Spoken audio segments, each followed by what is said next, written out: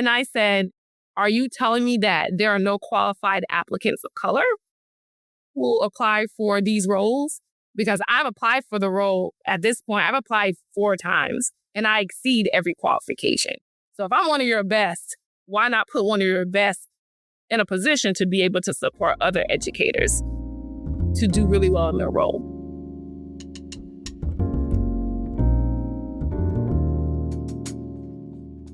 Welcome to The Exit Interview, a podcast for Black educators. This podcast is more than storytelling, it's archival justice. For too long, the voices of Black educators who have left traditional spaces in education have been silenced, dismissed, or left out of the record.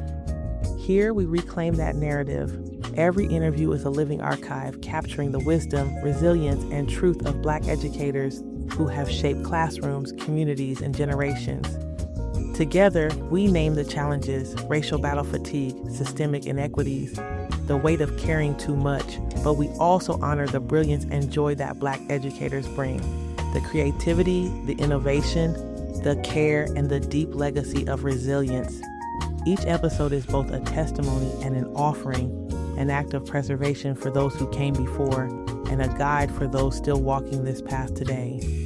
By listening, you are helping to ensure that these stories are not lost, but held, celebrated, and passed forward. So take a breath, settle in, and join us as we honor the past, uplift the present, and reimagine the future of education together. All right, folks, welcome back to The Exit Interview, a podcast for Black educators with me, your host, Dr. Asia.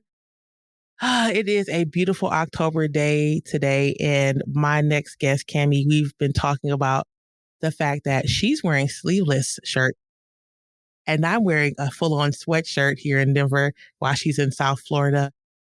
But this is not about me, and it's not about the weather. Welcome to the show, Kamye. How are you today? I am well. Thank you so much, Dr. Asia, for having me. And you are correct. It is a warm 84 degrees here in South Florida. Hence the short sleeves. So thank you for acknowledging the difference in the weather patterns. Yeah, I told her I wasn't jealous because I had come down there with my husband and they have flying roaches. And I'm like, no, I'm good on the... You don't like them either. So we're yeah. People call them water bugs. I'm like, bro, no. Detroit says roaches, okay? We call them flying roaches too, or at least I do call them flying roaches. Yeah, I don't know. People trying to make them, like, zhuzh them up. I don't know how that's possible. But again, we're not here for roaches. We're here to tell your story. So tell us a little bit about yourself. Tell us what you want the audience to know about you. I am a self-proclaimed bibliophile. I love books. So last year, my husband and I purchased a home, our very first home. And one of the things that I wanted was for my home to be decorated in books. And so it is decorated in books. Like, if you visit my home and you go in my living room, even our bedroom, the books are centerpieces. They're on different tables. They're on different shelves. I've even had to tuck some away and swap some out because there are just so many. And so books are like a huge centerpiece in my life, in my day-to-day. It always has been since I was a kid. Like, books are a huge focal point for me.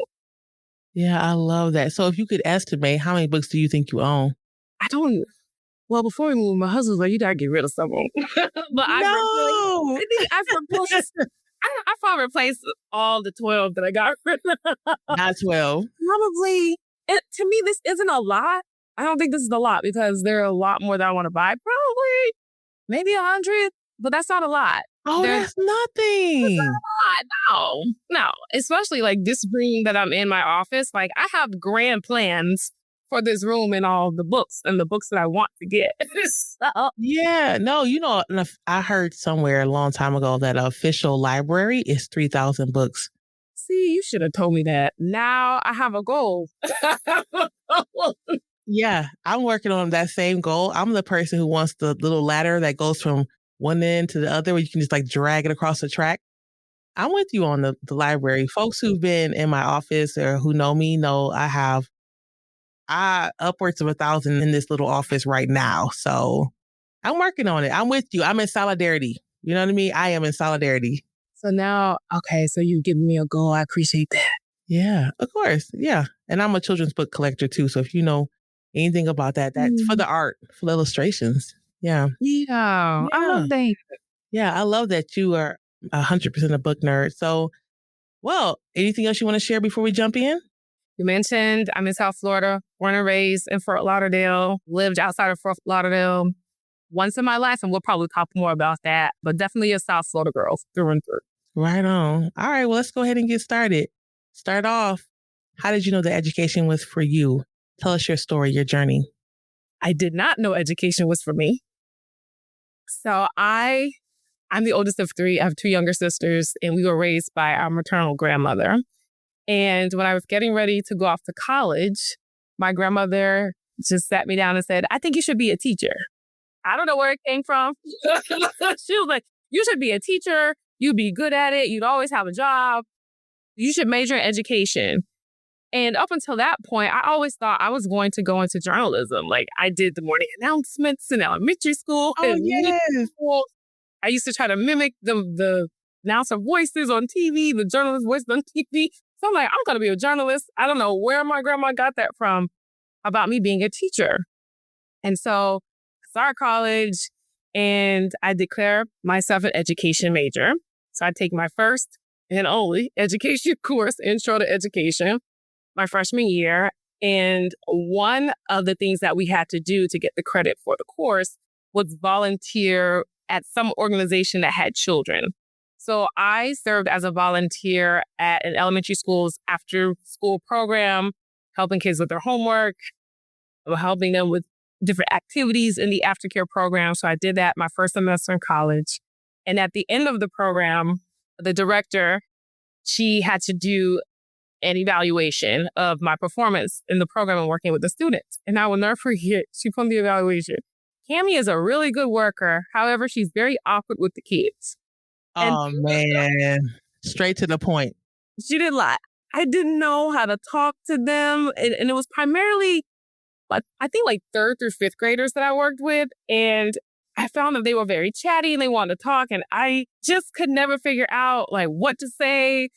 I was very awkward. So when I saw the evaluation, I was like, well, I mean, she didn't lie. And so with that, I was like, you know what? This is evidence, validation that this is not for me. Like, I don't want to do this. So I was like, you know what? I should consider journalism. But I had a roommate who was a journalism major, and she and I were talking, and she mentioned that one fact error on an assignment and you failed the assignment. I was like, it's journalism. Like, why is it? What's like in one of the classes that you all had to take? one of the classes. Okay. I was like, ew, I don't like that. Like, just one fact error, but it's journalism. You can't make those mistakes. Well, now you can. That's a whole different story. Go ahead. So I was like, well, I don't want to do that. I don't want to do that. So I said, you know what? I'm great at English. I'm going to be an English major. And so my undergraduate degree is in English with a minor in communication studies. And people would ask, what are you going to do with that degree? I don't know, but whatever I do, I'm going to be okay. Now, let's just pause for a second because first of all, I want to know what grandma said. Because grandma didn't say change majors. And then also, this is called the Exit Interview, a podcast for Black educators. So it sounds like somebody had to make a turn. But let's talk about grandma first. What was the reaction when she found out that you changed your mind? I didn't tell her outright. I don't even know how it came up in conversation. I had the habit at the end of each semester, I would send her my grades. Like I would send her a copy of my transcript because they were free at one point. Sure, yeah, sure. And I had to see on there what my major was, so we never talked about it. Oh, that's one way. Okay, well, we never. I mean, and the truth is, will grandma know which classes to be looking for anyway? Probably. My grandma was pretty sharp. So we took a risk with grandma. We took a risk. I took a risk, but I was like, it'll be fine. Like, we probably look at the grade more than the class. Like, she can't do nothing. So I was like, I feel safe. Yeah.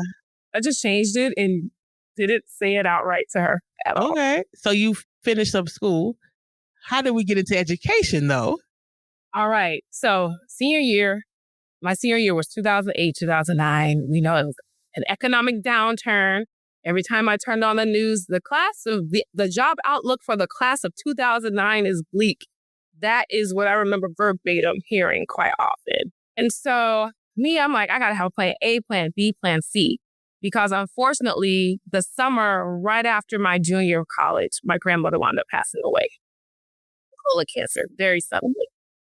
And so I was like, well, and my grandmother told me sometime my junior year when I was visiting and during one of the breaks, she said, you're about to graduate soon and you don't have to jump out there immediately. You can always come home. And so me being 21, I ain't coming home. Well, I didn't say that to her, of course not. But in my mind, I'm like, no, I'm grown. I'm not coming home. I'm going to leave and be on my own once I graduate.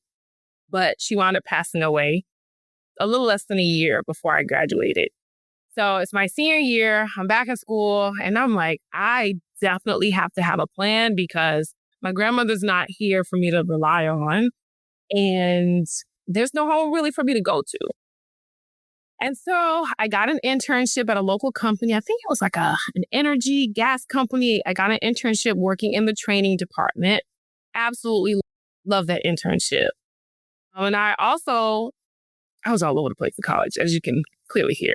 I was like, you know what? And I love the internship. I loved being a part of the training department. I was like, you know what? I'm going to get my master's in human resources and organizational development. And so I also applied for that program, the HROD program, human resources and organizational development at University of Georgia. And I got into the program. And one day I was walking around campus and I just saw these flyers. They were all over the ground. They were on trees. They were in bushes. It looked like someone had like 1,000 of them and just dropped them and just walked off. And the flyer said, apply to Teach for America. And I was like, what's this Teach for America? I felt like the flyers were following me. That's part of what the Teach for America does, makes the flyers follow you. So I was like, I never heard of Teach for America. I was like, what is this Teach for America? Okay, but I kept seeing the flyers en route to my dorm. And yes, I lived on campus all 4 years.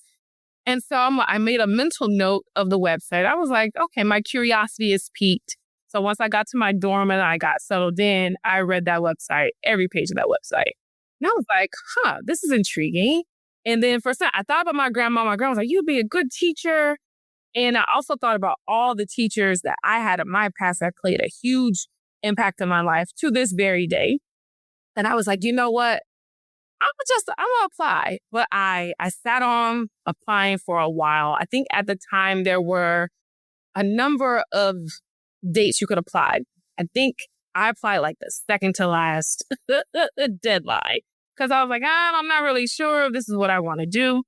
So I did the application, and in the midst of doing the application, the HR director at my internship approached me and said that I had a lot of fans in the company, and the HR analyst, she'd been promoted, which I was aware of. And I'm like, yes, I'm so happy for her.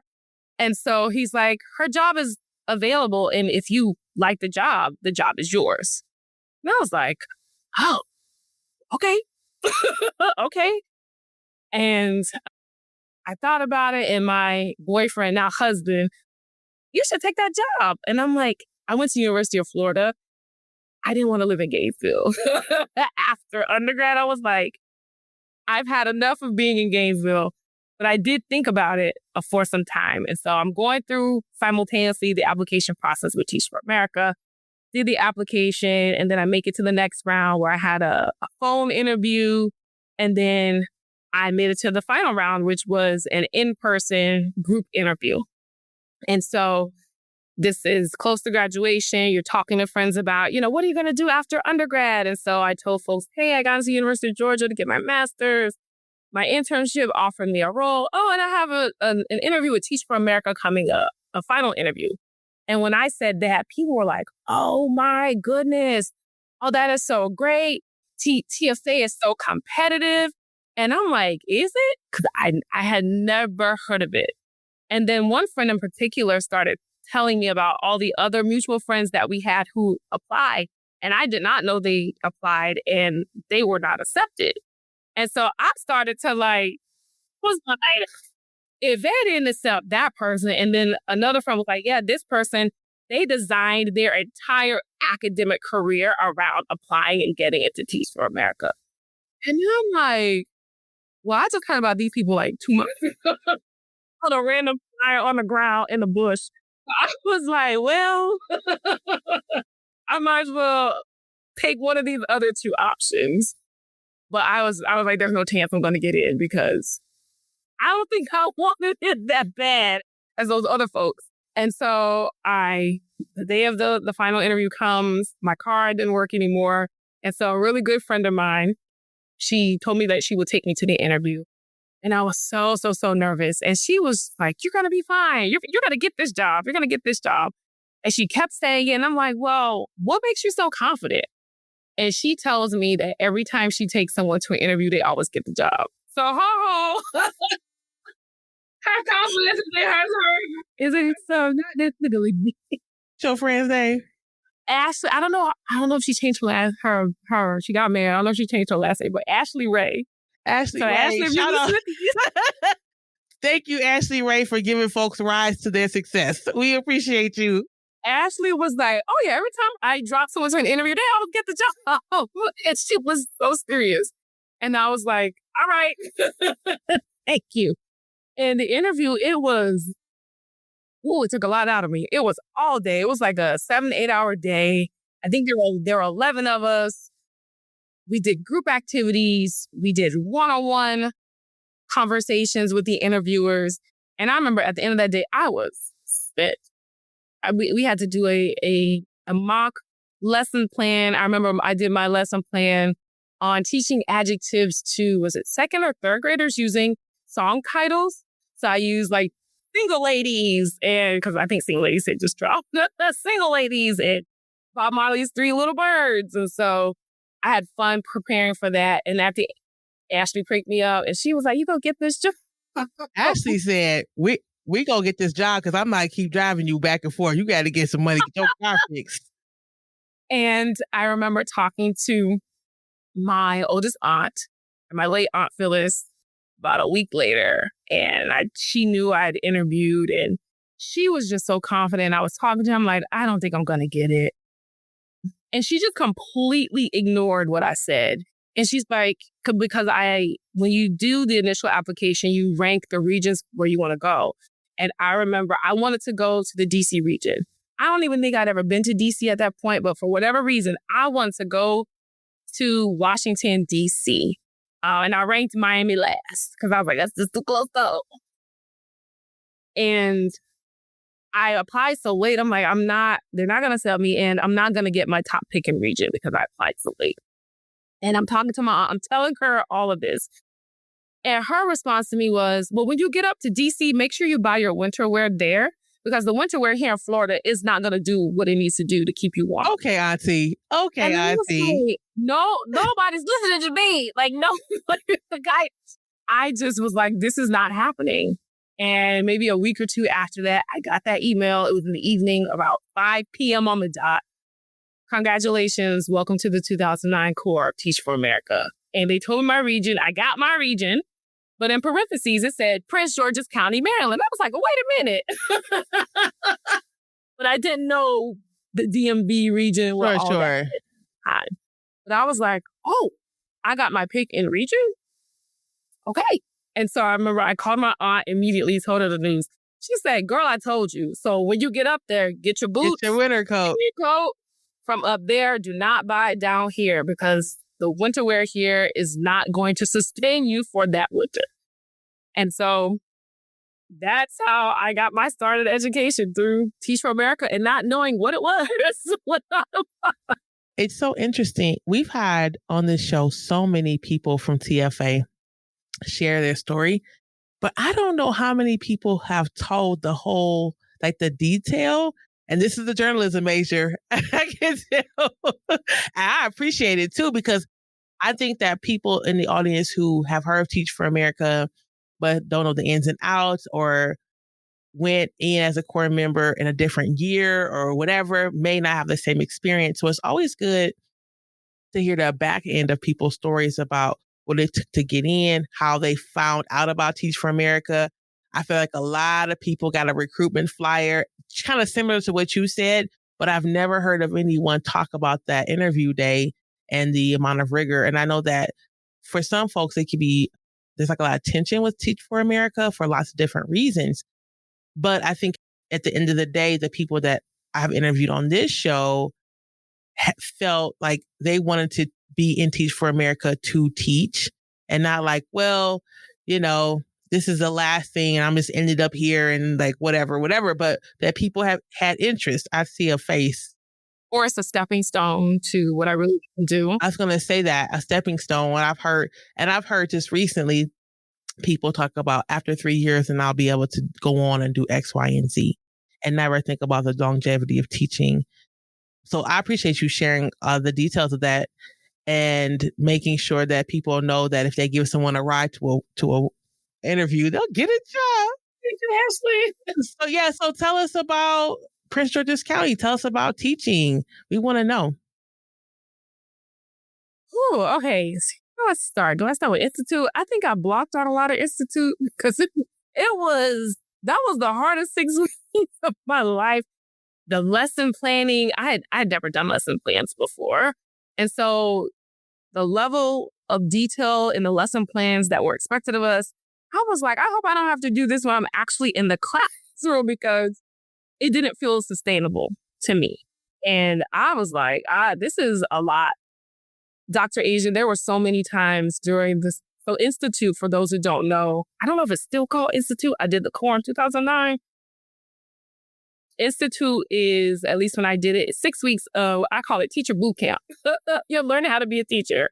So during that time, when I did Institute, you spend your six weeks in a particular part of the country. My institute, even though I was going to be assigned to teaching in Prince George's County, Maryland, my institute was in Philly, it was at Philadelphia.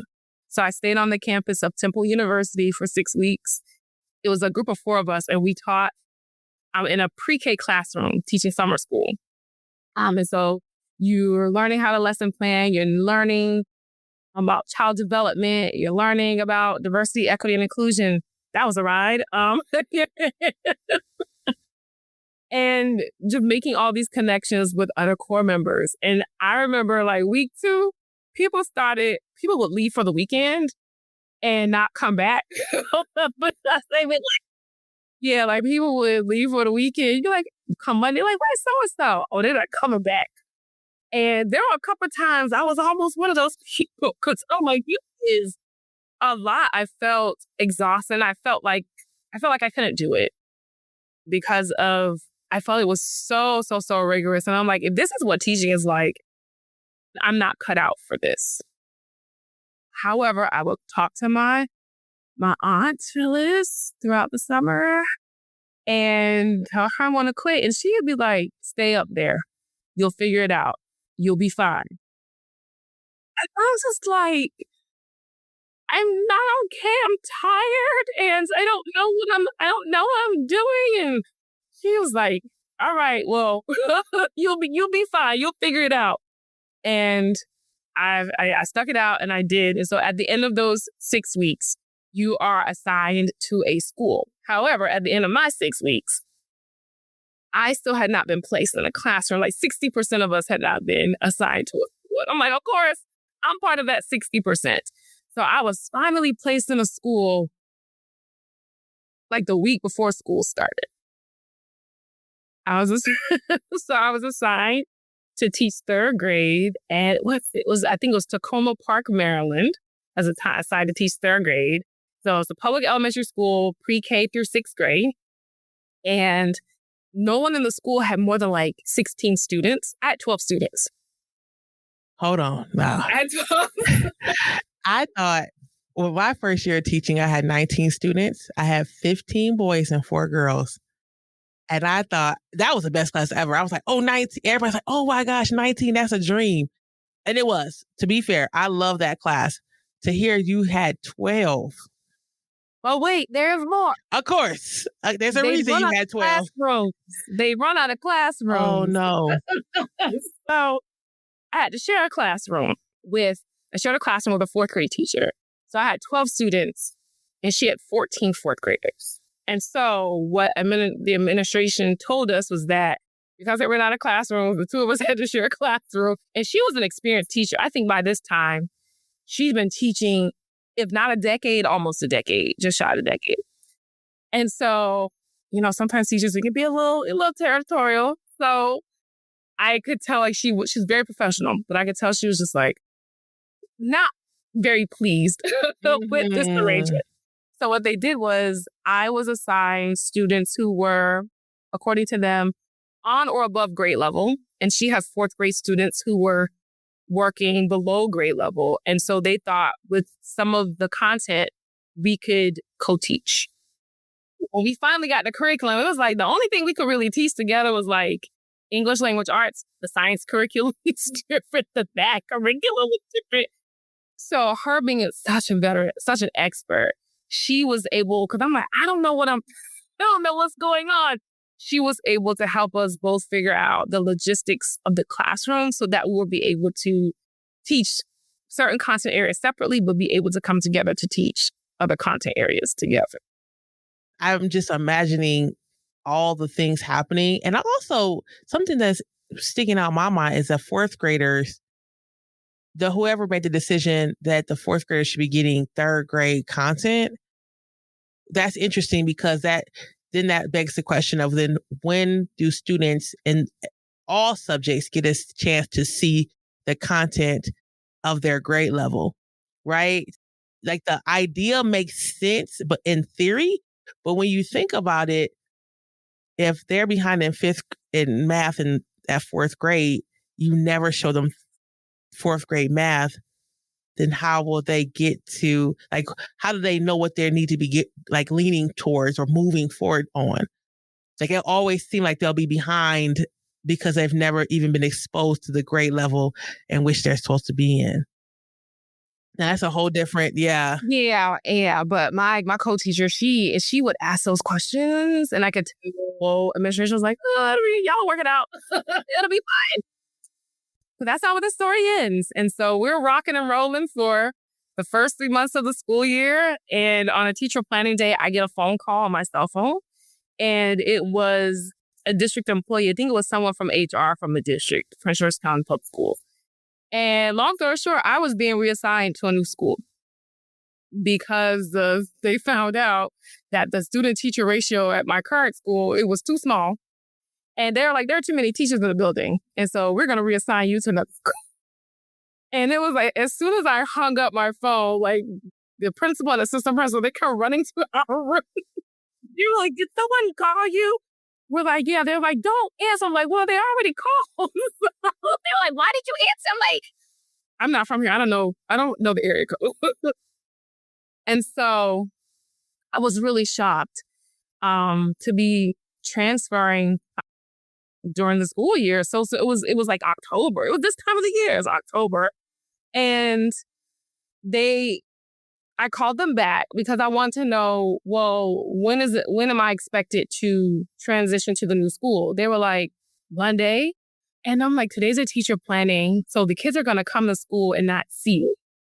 And so I pushed back on that. I said, I would appreciate if I could transition Wednesday. Let me break the news to them on Monday. Let me get one more day to spend with them on Tuesday. And then I'll report Wednesday. I said, can that? And they did grant that. So, oh man, that's awful. I think now that you're talking about it, I remember us having this conversation in our pre-meeting where we were chatting about this. Yeah, that's awful. That's so awful. Ugh, that's heavy. So, okay, you transferred. Where did you go? What did you do? I went to another elementary school. I can't remember. So many. Full Spring Elementary School. I can't remember the city, but it wasn't far from where I was. And so I went from teaching third grade to Head Start. So I went from teaching 8 and 9-year-olds to 3-year-olds. So I reported to my school. I was told I need to meet with the Head Start director. I'm like, I didn't know what Head Start was. So I met with the Head Start director, Laura Barbie Matthews. And I went into her office and she welcomed me. She's very warm. And I said, how old are my kids? She said, there are 3. She's like, there are 4 Head Start classrooms. You're the 4th classroom.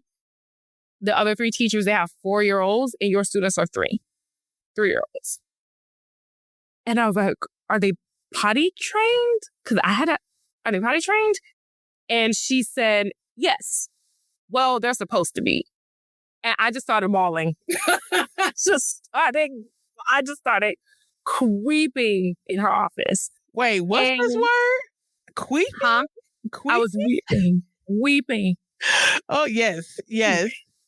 And she said, honey, just be grateful you have a job because my son just graduated. He doesn't have a job. Let me walk you to your class. And we are in the middle of, at this point, like you said, this is still, everything's crashing. The housing market is trash. So we're still in this part of America. That's a good, oh man, good point. So she walked me to my classroom. I got myself together. And she walked me to my classroom. And she left me there. And when she left, I started crying again. Because I can't even describe to you what the classroom. So I was told it used to be a chapel. And when you walk down these 3 little steps, and it was like one big room. And in the middle of a room was like a piece of wall. And I literally mean a piece of wall because it didn't go all the way across. And so they took that piece of wall to make it a divider to make 2 classrooms. So it's like a classroom over here, a classroom over there. My classroom was here. So the room was long and narrow. So it was one teacher here, me here. The bathroom was on her side. And so my kids need to go to the bathroom, they had to walk. It was just walk over there in her classroom.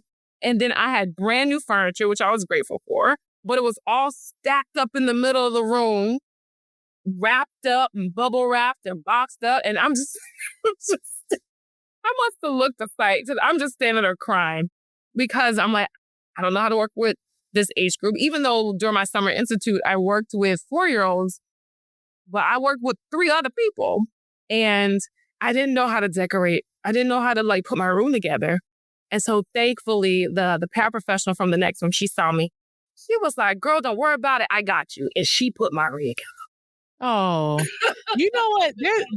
I'm loving, this is a theme that comes across so many times. Is like, there's always someone who's like, I got you. I can support you. Hey, let me get this thing for you. Like you said, the 4th grade teacher or this paraprofessional.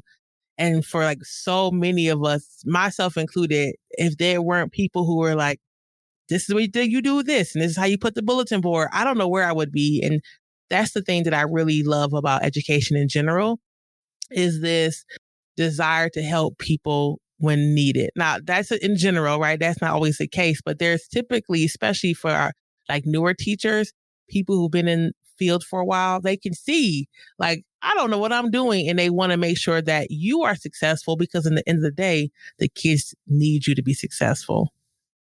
I had so many people that helped me. She was like, I got it.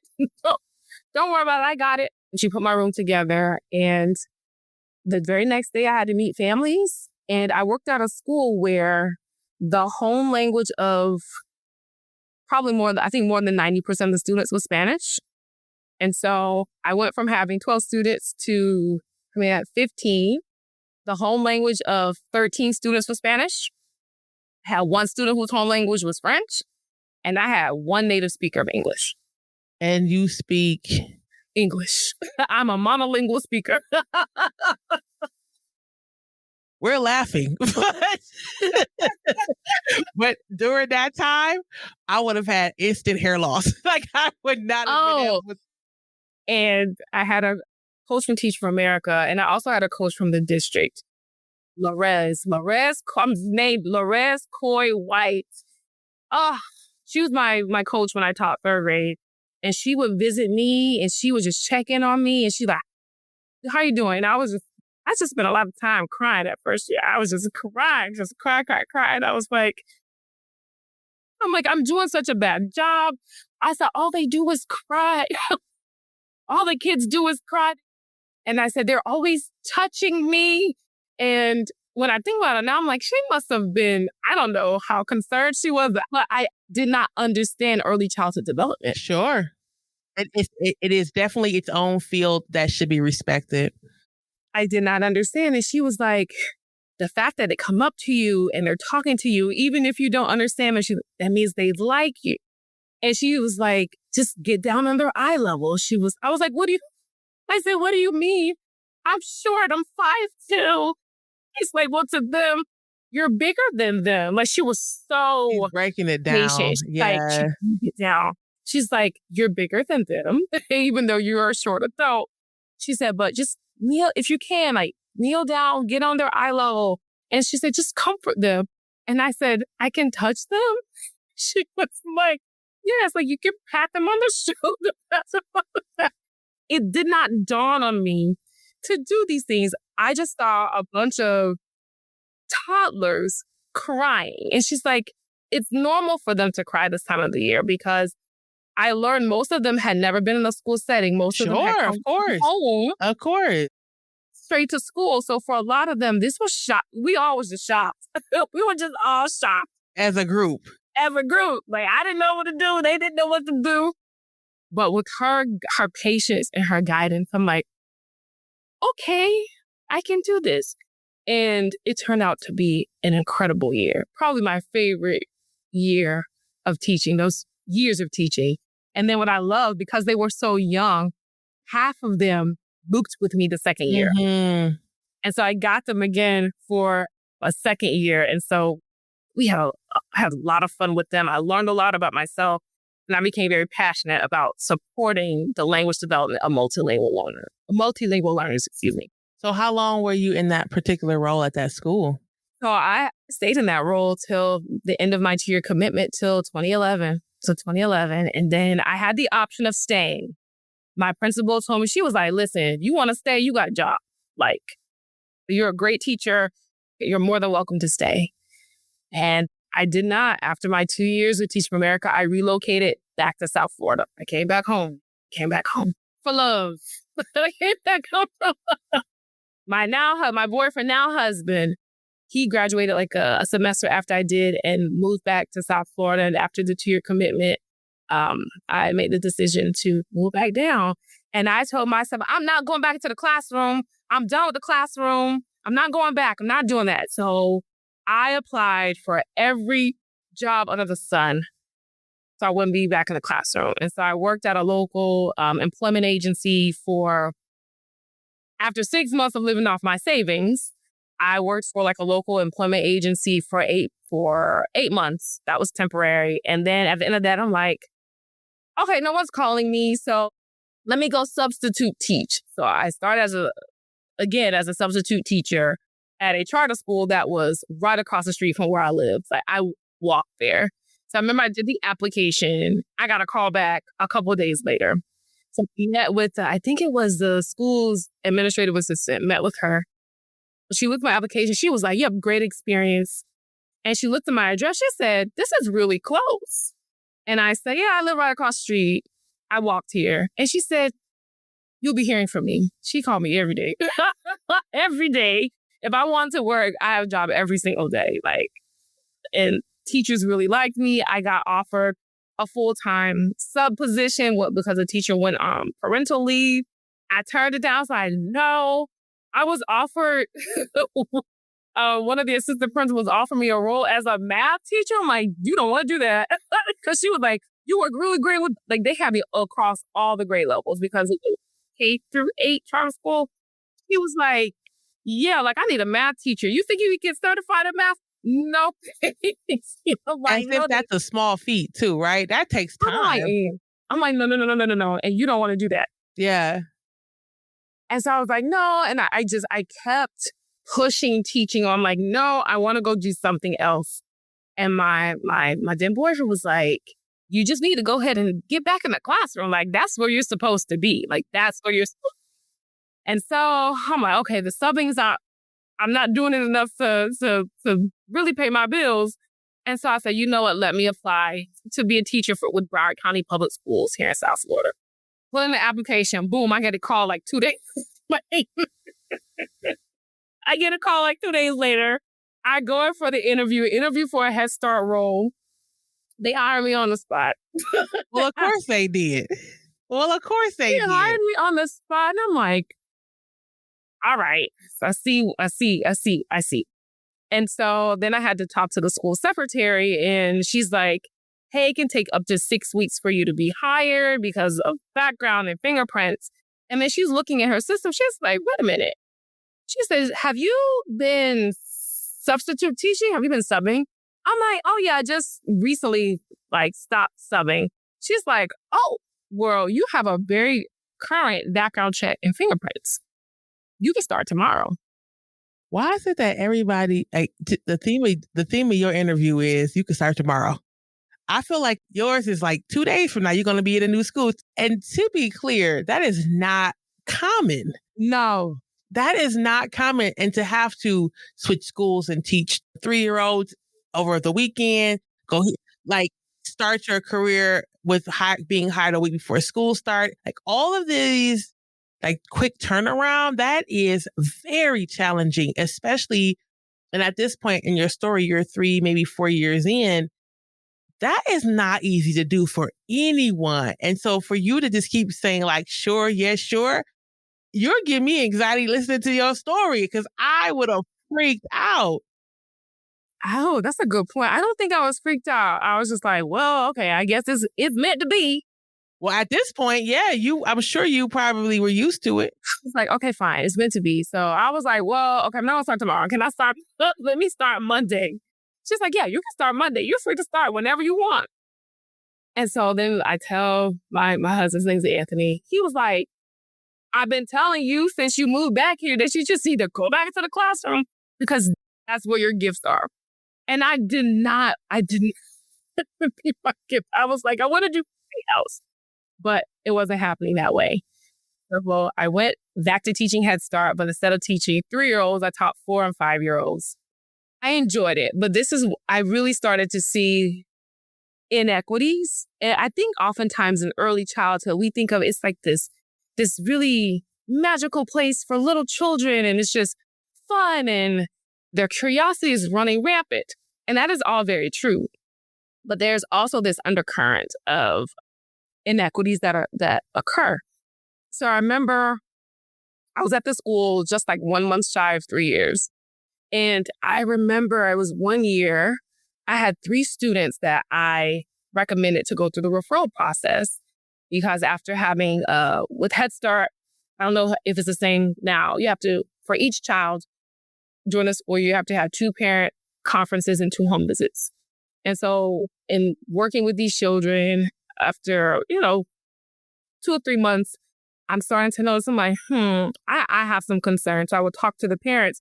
And oftentimes the parents would, before I would bring it up, they'd be like, hey, I have some concerns about the speech or about, I don't think they're picking up stuff really quickly. So oftentimes they would bring the concern before I needed to. And so I was like, okay.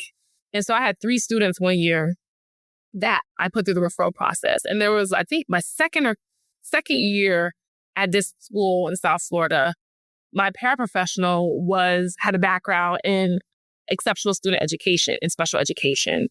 She was like, yeah, she decided to be a paraprofessional because she wanted to break from her role as a special ed educator. And so she brought in a lot of expertise, and she would be like, Hugley, I think there's some cognitive issues with this particular child. And then she would pretty much confirm my thinking. Sure. And so sometimes families would bring it up to me. So 1 year in working with her, I had 3 students that I had various concerns about, cognitive concerns, language concerns.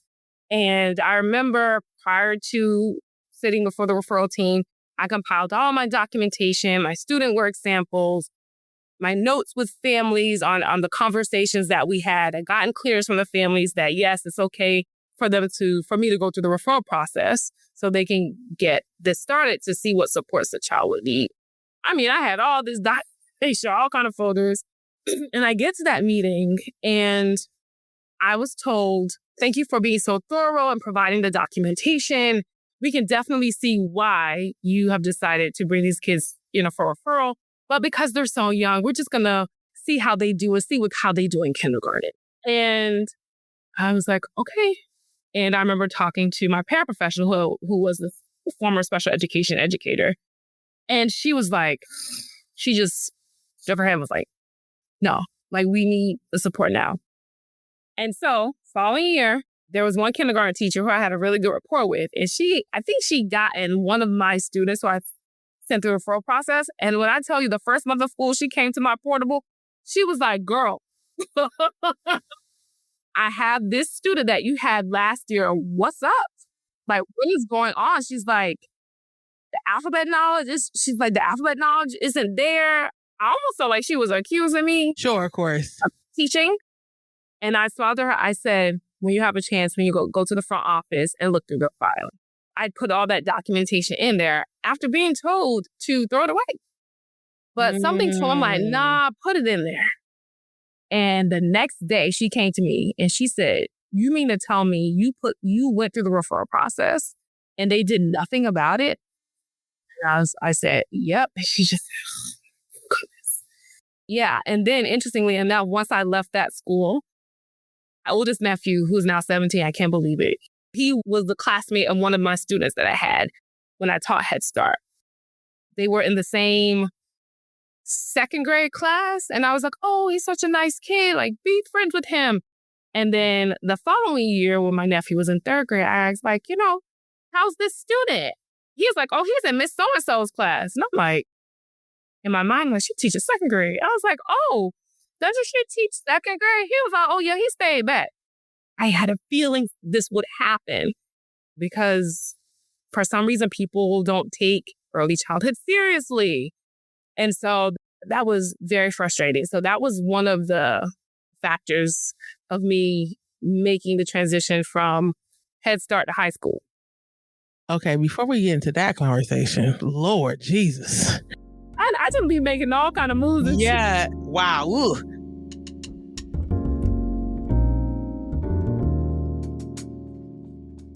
Every voice on the Exit interview carries wisdom, resilience, and the reminder that Black educators deserve more than survival.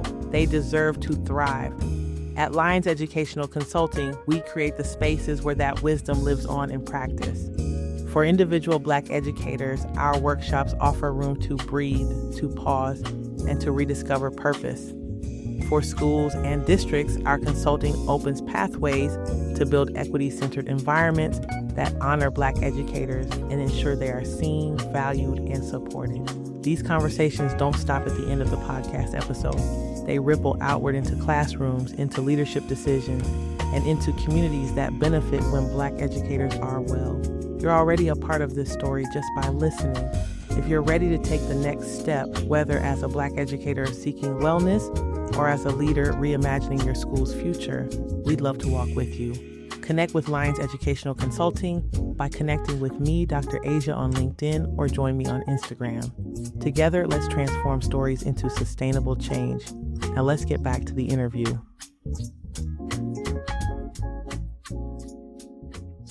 I want to say that some time ago, we had Brittany Carey on our show, and she was an early childhood educator, still is, to be fair. And she talked about the inequities in early childhood and what she saw when she was in the schools, how they treated early childhood educators, how they treated children of color, the pay, just so many things. And she's telling this story in California, and you're telling the story in Florida. And so that I want the audience to hear, like, keep an eye on your children in those 0 to 3, 0 to 6 classrooms. Do not make assumptions that they're only there to color and it's not really a big deal and like we're just playing or it's just daycare. There are lots of skills that your child is supposed to be learning. And if you feel that your child, something's going on with your child, you need to say something immediately, because legally, if you ask the school to start the IEP process or help you get your child tested, they have X amount of days, I think it's 60 or 90, to do that, to start that process legally at the federal level, at least on October 15th, 2025, they do. So you need to, if you have some inkling that something's not correct and the teacher has not said something and you feel like, oh, my child should be doing this or my other child could, don't just blow it off. At least find out, get your child tested. then you can say, okay, nothing came up, or they're just right in the range they're supposed to be in. Also, back to early child educators, folks who are in K-5, I don't know if you said this, that you came back to my mobile, right? So many preschool classrooms are attached to a school, but not attached to a school. They're in mobiles in the back of the school, in the basement of the school. And so they're treated as such. They don't get involved. They don't get called in for fundraisers, or they don't get called in for special guests at the school. It's just like they don't exist. And so I want to say, for those listening who have any kind of administrative power, to say, hey, let's invite preschool to this guest speaker. Let's make sure that the preschool educators, the EC educators, are involved in these transitions and these conversations, even at fourth, fifth, because they have these kids year after year. That is so important. I don't know how many people are taking early childhood seriously, and it's really a shame. So I just wanted to say that. I wanted to say, folks who are listening, if you have not heard Brittany Carey's episode, she was in season 4, I believe, go back and listen, because Kamye is saying the same thing that Brittany said, who is saying the same thing that Jackie Cradle said when she's in early childhood. Early childhood is an educator position. They are not babysitters, and they should be treated as such. I just want to say that before you transition to high school. And I appreciate you saying that, because I was in a very unique position where I taught Head Start, but my programs I always taught in were always attached to a public elementary school. So I wasn't necessarily at a standalone center. So I made the same as the teachers, as K through 5, K through 6 parts, but I oftentimes wasn't treated as the professional that I was. I'm like, y'all got a master's degree in reading. like, I'm not just back here. We're not back here just babysitting children. We're doing a lot of things that are supporting children's cognitive development and their social emotional learning. There's play is work. Yeah, that's exactly right. Brittany, I was to say Dr. Brittany, not yet. Brittany said the same thing, right? I remember my daughter came home from her 4-year-old class. So she was in preschool twice, and we were like putting the coat on. And then she finally was able to put the coat on, and she got a little badge that said Coat College. And then she got the zipper, and then she got a little badge that said Zipper University. The zipper, put the shoes on. And it seems very small, but it's not. It's the gross motor skills, the fine motor skills, the gross motor skills, the communication, the play, all of that counts, the talking, right? Being able to talk to your classmates. And we have to pause and think about that. I think sometimes as adults, we're so far removed from, how did I learn those skills? They're skills that have to be explicitly taught. And then we wonder why kids become teenagers and we're like, well, they don't know how to communicate. Well, we really haven't. We have to cultivate those skills somewhere. And in early childhood, that is optimum time to cultivate those skills. Use your words. Like, they have to be taught how to use their words and what words to use. Like that oral language development is crucial from that early time of learning. Yeah. And so because of the disrespect that I felt, you mentioned we would be I was always in a very interesting classroom setup, and it was in a portable at this school in South Florida. And I remember a custodian came by. He was like, yeah, Miss Hugley, y'all be careful back there, because it's some coyotes living underneath your portable. And I was like, excuse me? Excuse me? I have 19 4-year-olds who might think that's a puppy. And they did one day, and I was like, go inside. So check on us. And so I didn't feel like I was respected as the professional that I was. And I remember talking to an older cousin of mine, who I think she's brilliant. But she's always taught secondary math. And I was talking to her, and one day she was like, have you considered teaching older students? She said, think about teaching older students. So I don't know why I didn't think 4th grade, still elementary. So I just started pulling feelers out there, and I applied for an intensive reading position in Palm Beach County at the high school level. Again, I got an interview soon after. I got an interview soon. I mean, was it 2 weeks, 3 weeks? I got an interview. And so I was like, I'm going to humor them because clearly they haven't read my resume. I have never taught anybody over age 5. So I'm like, I'm going to go to the interview, get some good interview practice, ready for them to tell me thank you, but no thank you. They hired me on the spot. They hired me on the spot to teach intensive reading at the high school level. And I was very confused. And I said in the interview, I said, are you sure? Maybe you should stop applying for jobs that you don't want. I'm just going to put that out there because you getting jobs. I was so shocked. And I said, and they chuckled. And it was a room full of administrators. And I said, based on my resume, I'm sure it's evident I have not taught anybody. To be clear, let's just be real clear. And one administrator said, she said, and that's why we like that. We like you. Because of your background in literacy, you know how to break down literacy. Oh, okay. Because you do have a master's degree in reading. I had a master's in reading. Yes. Reading K through 12. And I was certified in pre-K primary education in reading K through 12 at the time. And so they hired me and I went home and I thought about it. I'm like, I want to know what Anthony said.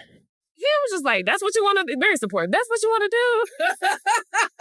We love Anthony, folks. He's very supportive. I could tell Anthony right now, I want to be an astronaut. And he'd be like, okay, let's figure out how to budget. Yay. Oh, he said budget for, he got a spreadsheet. Yay, Anthony. Yeah. That was the best.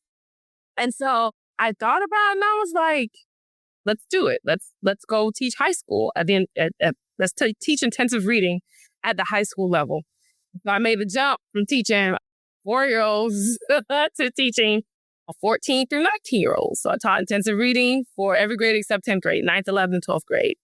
But let me back up a little bit. So I left teaching Head Start, and I loved Head Start. And I remember my last day in my classroom, I was in there and I cried because I love early childhood, still do. And I left because, as I stated, the lack of support that I felt and the lack of respect in my role. And so I was very frustrated and I'd applied to be a coach for the district, Broward County Public Schools. They had coaches, Head Start coaches. And so I remember Dr. Asia, the requirements, there weren't many, and I exceeded every requirement. You only needed to have 2 years of teaching experience. By this time, I had almost 4. A bachelor's degree. I had a master's degree. Head Start, you have to go through this observation where it's called the class observation. I would score 6s and 7s. The highest score is a 7. So I'm like, yes, I have the skills to be able to support other folks who are Head Start educators. And my Head Start coach would come and she'd visit for 10 minutes. Like, you're doing great. She said, I wish I could bottle you up and sprinkle you on my other teachers. That's what she said to me. And so I was like, you know what? I'm going to apply to be this coach role. I applied a total of 7 times, but by this time I'd applied, I think, twice. And I'm like, okay, well, there's no room for me to grow here. And then I also didn't feel really respected at my school. And then I had that conversation with my cousin. I was like, yeah, I'm going to just bow out. But I was so frustrated because I noticed with the coaches, there was not one coach that was a person of color. And at the time, I looked up the data. If I'm not mistaken, 83% of students identified as Black. And I'm like, okay, this is interesting. However, I did notice I forget the name of the role, but it was almost like not a social worker role, but similar to a social worker role for Head Start. A lot of those folks are people of color because you need those folks to engage with families who speak, like a family liaison. You need those folks to be able to engage with families who speak Spanish or Haitian Creole. So a lot of those folks are people of color, but the folks that are coaching the educators, none of them were. And so that heightened my frustration. And so back to my English degree, wanted to be a journalist, I channeled my energy into writing. So I was like, I'm going to write a letter. Write a letter. I typed a letter that I was going to send to the then Head Start director. I don't know why I didn't just email the letter, but I typed this letter about why I left. I put my email address on it and my phone number, and I printed it, put it on an envelope, addressed it, put a stamp on it, and I mailed it. I don't know why I didn't just email it, but I mailed it. And I felt so much better.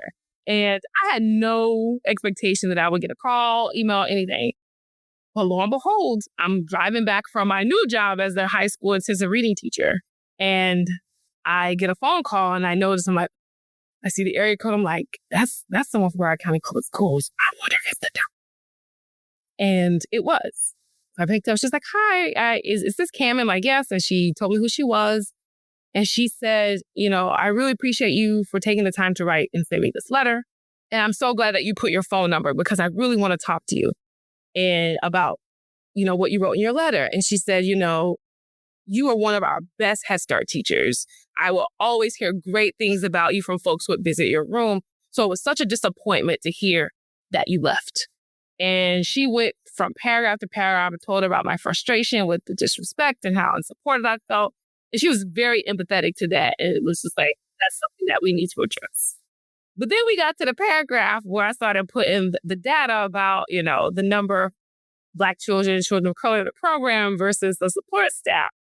I felt her go on the defense. And she said, I don't hire based on race. I hire based on qualifications. And I said, are you telling me that there are no qualified applicants of color who apply for these roles? Because I've applied for the role at this point. I've applied 4 times and I exceed every qualification. So if I'm one of your best, why not put one of your best in a position to be able to support other educators to do really well in their role? Silence. And then we just kept on talking about the rest of my letter. And that was that. But a couple weeks later, I get a call from one of my colleagues from Head Start. And she was like, girl, our department, we had a meeting today. And the director came in and said, one of our best teachers quit. And these are the reasons why. And there are going to be some changes. And she said, girl, she started hiring a couple more colored people. And she was like, I know it was you who wrote the letter. I was like, I never confirmed nor denied. And I said, well, why would you assume it was me? And she said, you're the only one brave enough to do that. I wound up applying for the role again, the coach role again. And I was offered the role, but I declined it because I'm like, it shouldn't have taken this many. It might have been my ego. But then I was like, is this indicative of how the department is run? Why did it take so many times for me to apply? 7 times? What made me continue to apply? I will never know. But it was comforting for me to know that that letter made some type of impact where more people were starting to be hired in certain roles. You know what? I think, like you said, you wrote the letter with I'm going to get this off my chest. I'm going to say what I need to say.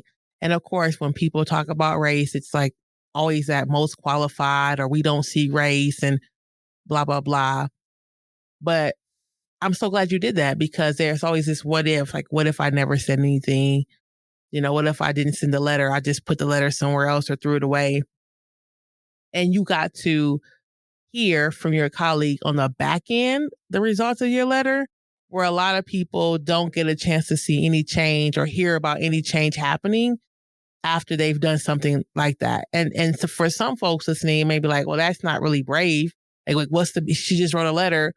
And some folks are going to say yeah, that does take a lot of bravery because there's so much fear in education about burning bridges. If we advocate for ourselves, if we speak up against injustice, then we're going to get retaliated against and they're going to burn a bridge. And some bridges deserve to be burned. And I don't know how many of us really sit and think about that. If you speaking truth and standing up for yourself and your colleagues causes people to not want to hire you or causes you not to get a promotion, maybe it's time for you to go. And I don't know if we want to admit things like that in education because a lot of us are so comfortable teaching in the same grade or the same district and don't want to move around. I don't want to take a chance. So I just wanted to say that I appreciate you doing that because, obviously that was years ago and you may have changed, even if it was temporarily, the trajectory of a lot of educators' time in education, specifically Black folks. Thank you. I never thought about it that way. I think for me, remaining silent feels like an act of violence against myself. And so when I'm not being true to myself, I feel harmed. And so I don't want to walk around feeling as if I am harming myself, because in harming myself, I am allowing the status quo to continue as is. And that's by design. And that's not something that I feel good about. Like I know some people are like, just let it go, but it can't. But it's just something, even like, I can't let it go because these systems inflict real harm. And I think sometimes in education, sometimes folks who work outside of education forget the work that we do, it impacts real people. It impacts people's children. And that's something that I do not play around about. Yeah. I take that very seriously. Mm-hmm. You're at the high school. You're teaching. How long were you there? How was it for you? I was there all of 9 months. One of the probably the most heartbreaking role that I've ever had. We talk about this statistic. If students aren't reading on grade level by third grade, the gap only widens. I lived that every day, teaching intensive reading. So I taught intensive reading for 9th, 11th, and 12th graders. So in the state of Florida, there's this test called the FSA, Florida Standards Assessment. In my day, it was called the FCAT, Florida Comprehensive Assessment Test, but now it's FSA. There's a reading component on it.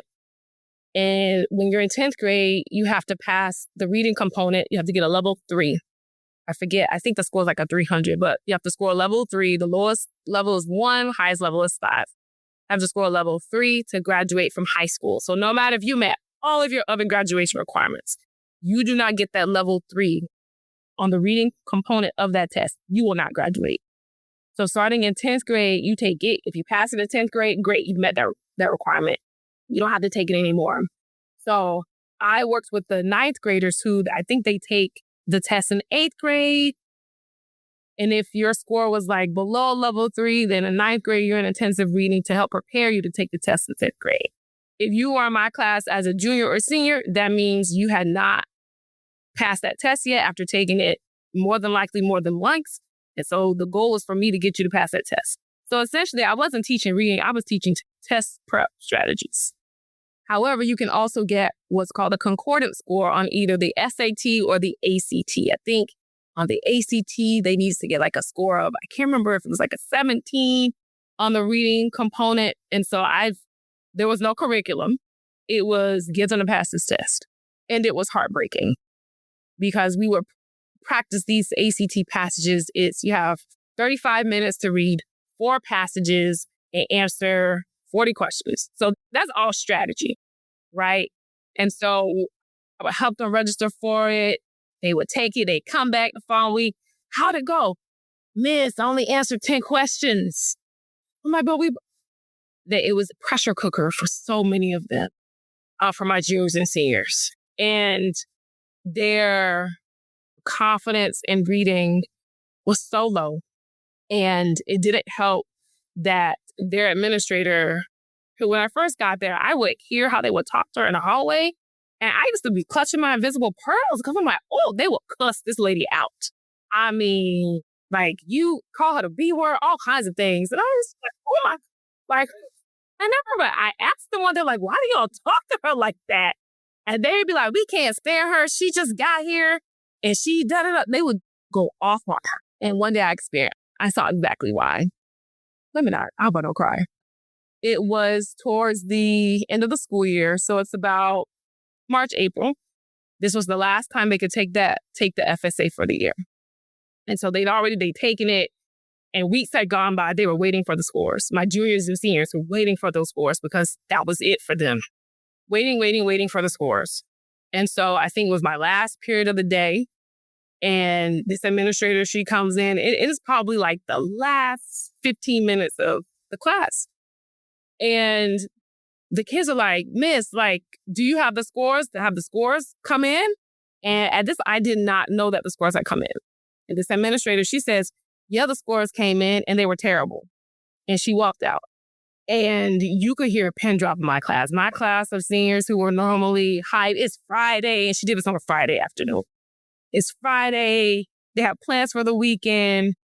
Those last 15 minutes, they were silent. She said, I was stunned. It's very few times in my blood where I was stunned and couldn't speak. I was stunned because it was so cruel. And I remember I just turned around and I looked at my board. And I remember I turned and I faced them. And I said, I'm so sorry. And I didn't know what I expected from them. But they said, one boy said, no, miss, don't be sorry. We know you did everything you could to help us.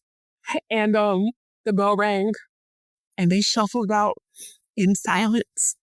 And I packed up my stuff and I just got in my car and I cried all the way home. I cried that whole 45 minutes home.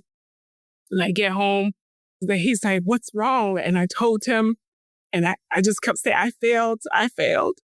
And he's like, no, you can't undo all that they didn't get in the last 12, 13 years. That didn't help me feel better, but I knew it was true. And I never looked at that administrator the same. I avoided her. I could not speak to her.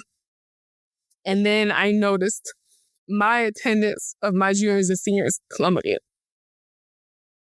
I would have I had about 3 or 4 periods of juniors and seniors. Anywhere from 22 to 26 students. 8 would show up. No more than 10 would show up. And that made me panic. So the ones who were there, I'd start asking, hey, where's so-and-so? Where's so-and-so? Where's so-and-so? Miss, she said she dropped out. Miss, he said he's just going to work at Dunkin' Donuts. Miss, she got a job at Burger King. And a lot of my kids, they were 18. So they can. And I would call home. And for some of them, because they're 18, they would put their number as the emergency contact. And I will please come back. It's not over yet. Come back. We can take the ACT. We can take the SAT. And some of them would. Some of them didn't. And I remember the principal came. And I never told the principal what this administrator did. I never did. I don't know why. And I remember my principal, she was doing her round. She came in during one of my periods where I had seniors. And it was like 7 in there. And this was a class that had like 20 students. And she said, where's everybody? And I looked at her and I said, they stopped coming. And we just kind of looked at each other because she knew what that meant. And she just sighed.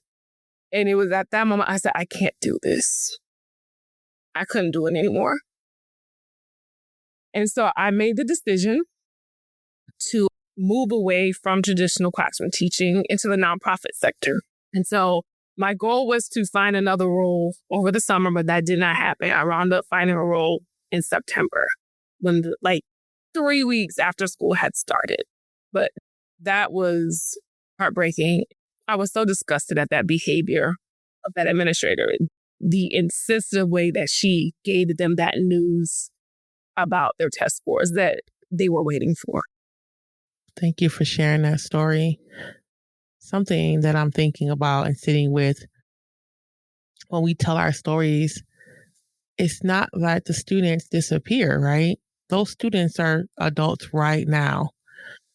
And like you said, I don't know how many people really understand the gravity of their actions when they do harm to children, right? Just because they leave the school that we're in or the classroom that we're in or whatever doesn't mean that they don't go to work somewhere or start their own family or whatever. And that story is just for so many reasons, so heartbreaking. And it was true. Yeah. What Anthony said about it's hard to undo it. 12 years, 13 years. You talked about with preschoolers, because that action in that preschool classroom you talked about of we'll just see next year is that's the same child hypothetically as you saw as a 12th grader. Mm-hmm. One of them even told me, he said, Miss, I've been a struggling reader since kindergarten. Nothing's helped me. Yeah. And it's not nothing, it's no one. That's the part. Yeah, that's the part. It's no one. And so I think this is the thing that's really hard about for me to being a Black educator specifically, is looking at Black children and children of color and understanding the urgency of education. And aren't we not able to loop up to every grade and hold every student from preschool to 12? Right. And I wish that more people had an urgency for the work. And I'm so sorry to hear that's one of the reasons that made you think like, this is not, at least in that school at that time, that can't be it. And it wasn't the kids. Yeah, of course not. Of course not. You know, they're kids. And it's so interesting. Like, people try to scare me and, you know, about going to high school. But when I got there, I'm like, they're like the 4-year-olds are taught, just in bigger bodies. Like, I remember coming from pre-K world, you know, teaching pre-K for so long, I would decorate my room and put up posters. And I remember for the month of February, on Valentine's Day, I bought this big, annoyingly big heart from Dollar Tree. Well, it's not even Dollar Tree anymore. Anyway, Dollar Tree. And I like hung it up in the middle of my room. And at first I'm like, oh, they're gonna laugh at me for putting this in here. But no, one of my girls was like, Miss Hugley, when you finish, can I have it? I want to put it in my room. Oh, yeah. Oh, yeah, they're still kids. At the end of the month, I put it on the desk where she sat. And so when she walked in, she saw it and she was like, thank you. So it was like little things like that where I was like, oh, they're going to make fun of me, or they're going to be like, this is so childish. They did it. Or there were days with those that I knew who like celebrate their birthdays. They walk out and be like, happy birthday. And they'd be like, you know my birthday? I'm like, yeah, I take attendance. It's right there. And then they would be like, well, miss, when is my birthday? They would, of course. I'm like, well, please have please don't get you a phone ringer. But they had so much joy and light. But when it came to read, they would shut down. I mean, Miss Healy, my throat hurt. I can't read. My leg hurts. What's not to do what we're supposed to be doing? It was hard for them because it had been hard for them for so long.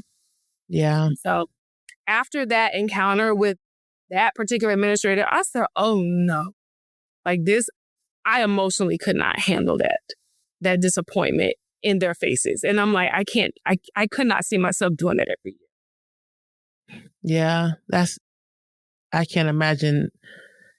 And just knowing that the disappointment. So thinking about you had a very, very interesting journey in education. And I think you talked about just now being in the nonprofit sector, and we'll talk about a little bit later what you're doing now, but thinking about across all of the ways that you were able to show up for students, all of the ways that folks were able to show up for you, and then those who didn't show up for you. What do you think that schools and districts and unions can do to retain Black educators? I think to retain Black educators, I think first, there has to be an acknowledgement of the harm that schools perpetuate. And not just on the students, but on the educators themselves, especially Black educators. I think there is a disconnect between what we want teachers to experience and what the actual experience is, especially amongst Black educators. I'm just curious to know how many folks have had similar experiences as me where they've seen, not only have they themselves experienced harm and disrespect, but they've also seen children who look like them experience the same thing. I think first there needs to be an acknowledgement that schools sometimes are a site of harm, not just for students, but for educators themselves. Mm-hmm. I think before we can even do any kind of work, there needs to be an acknowledgement that occurs. Because I don't know if people recognize that, or sometimes you're so steeped in the system that you don't recognize the harm that either has been inflicted upon you or that you are inflicting. Yeah. Something that I think when people hear that, I want to be clear, the acknowledgement of harm. I think that folks go to like, oh, and that causes burnout. But when you talk about race specifically, we need to acknowledge that it causes racial battle fatigue. Like this, yeah, burnout is a thing that happens. Sure, lack of funding, not enough co-teachers, lots of different things can cause burnout. But Black educators specifically also experience, on top of burnout, the racial battle fatigue from fighting racism, fighting against the racism they experience themselves, like you just said, and their students and their colleagues, right? And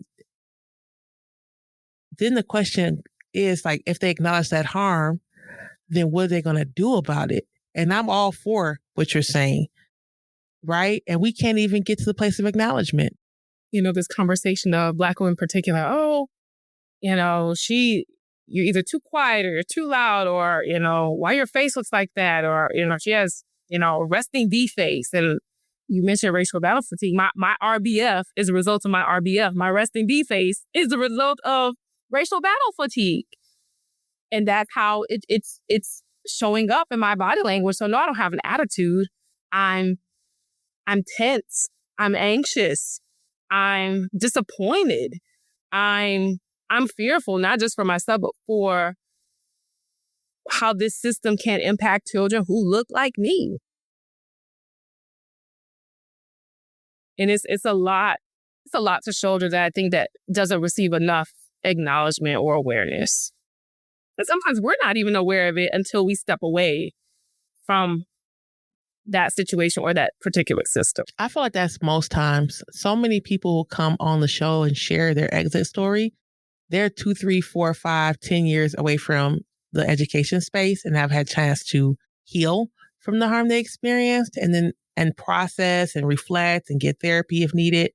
And then they're like, oh, wow, like this was way more intense or way more harmful than I think I realized in the situation. So let me ask you another question. And just thinking about Auntie Phyllis, I wrote people's names out, Ashley, Lorenz, Anthony, our favorite person, right? And our older cousins and of course, Grandma, all the people you've mentioned on the podcast. Are there Black educators that you would like to shout out as a part of your journey as a child yourself, as a student yourself, or you've worked with, or that you currently know that are maybe still in education in some capacity? There's so many. Okay. I'm going to shout out, I mentioned her, but I didn't mention her name. I'm going to shout out Miss Horn, Eva Horn. Eva was my co-teacher. She was a 4th grade teacher when I was a 3rd grade teacher in that room. And I am so grateful that I had the opportunity for those 3 months too. I felt like I was like an apprentice or shadowing her in that room, because at this point she'd been teaching 8, 9, or 10 years. And I just saw the way not only was she warm, but she had high expectations. She pushed and challenged not just her 4th grade students, but my 3rd grade students as well. And she did it in a way that it felt very empowering for the students and for me to see.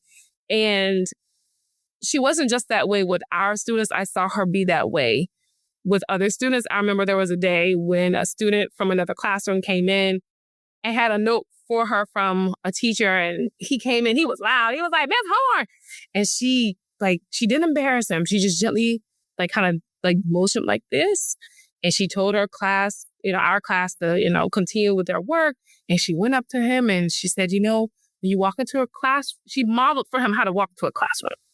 And she didn't do it in a way that embarrassed him. She's like, when you walk into the classroom, you don't know what's going on. So you walk in quietly, you scan the room for the teacher, you come up to the teacher, you quietly tell the teacher why you're there. And so she was like, so I want you to try that. So she had her walk back out and try it again. And she did it in a way that it wasn't embarrassing, but she used it as a moment to teach him something. And she and I haven't spoken to her in a while. This is a reminder I need to call her. But, Eva, I call her Eva, Miss Horn, Eva Horn, just a powerful educator. And when I was reassigned, instead of reassigning my third graders to the other third grade teachers, it was expected for her to teach both grade levels. Oh, wow. So she was the only person in that school that had 26 students. Oh, wow. No one came close to that amount of students. And her kids did incredibly well. They did the highest in the school on the state test, both grade levels. Just a phenomenal educator. She came to my wedding all the way from Rhode Island. So she is someone that I am so grateful to know and have. I'm grateful to have had the opportunity to have worked so closely with her. Thank you. I love that. And of course they scored high on the test. And of course, she had so many obstacles that year, but she did what she needed to do for kids. Yeah. Thank you. So tell us, I think I'm going to leave with this last question. You've been through a lot as an educator, and you said you mentioned being in the nonprofit sector. Through all of this, what has that taught you about wellness for you on this side of all of these experiences? What does it mean for you to be well? I told you I like books. You did? I'm currently reading this book, and I have right here. It is called Weathering, The Extraordinary Stress of Ordinary Life in Unjust Society by Dr. Arlene T. Geronimus. Hold it up. I just got it from my friend Stacy. Hold it up good for people. Called Weathering. Yes. I got it from the library. Support your local libraries. I got it from the library. And the whole premise of the book is that the society that we live in, it causes weathering, which is the phenomenon of having a negative impact on our biological systems and processes that causes us, particularly Black people, people of color, to endure illnesses at a much younger age and pass away earlier.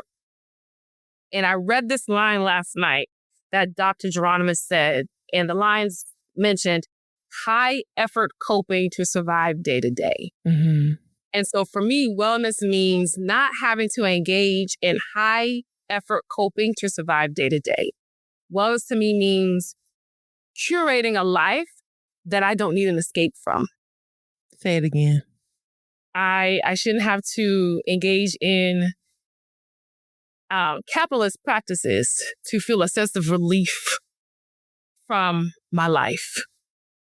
I shouldn't have to buy myself something, or I like to buy myself things, but I shouldn't have to rely on those strategies of vacationing and moving away from my day-to-day life to feel whole. Mm.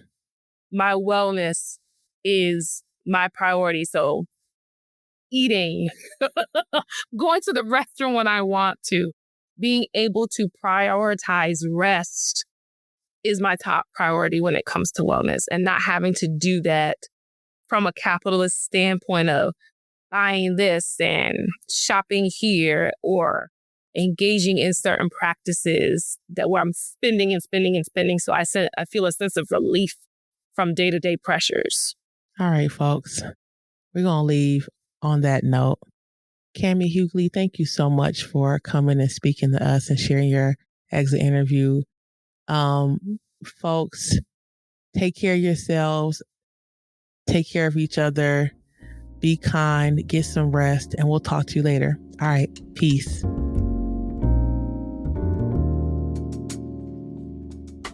Thank you for joining us for today's episode of The Exit Interview, a podcast for Black educators. Every story shared here is a reminder that our wellness matters and that thriving in education is possible when we create spaces of care and belonging. If today's conversation spoke to you, we'd love to keep in touch. You can sign up for our newsletter at exitinterviewpodcast.com or connect with me on LinkedIn to stay up to date on upcoming workshops, consulting opportunities, and ways we're transforming stories into solutions through Alliance Educational Consulting. And before you close out, take a deep breath. Remember that caring for yourself isn't extra, it's essential. Whether you're an educator seeking rest or a school leader reimagining support, you're part of this growing community of care.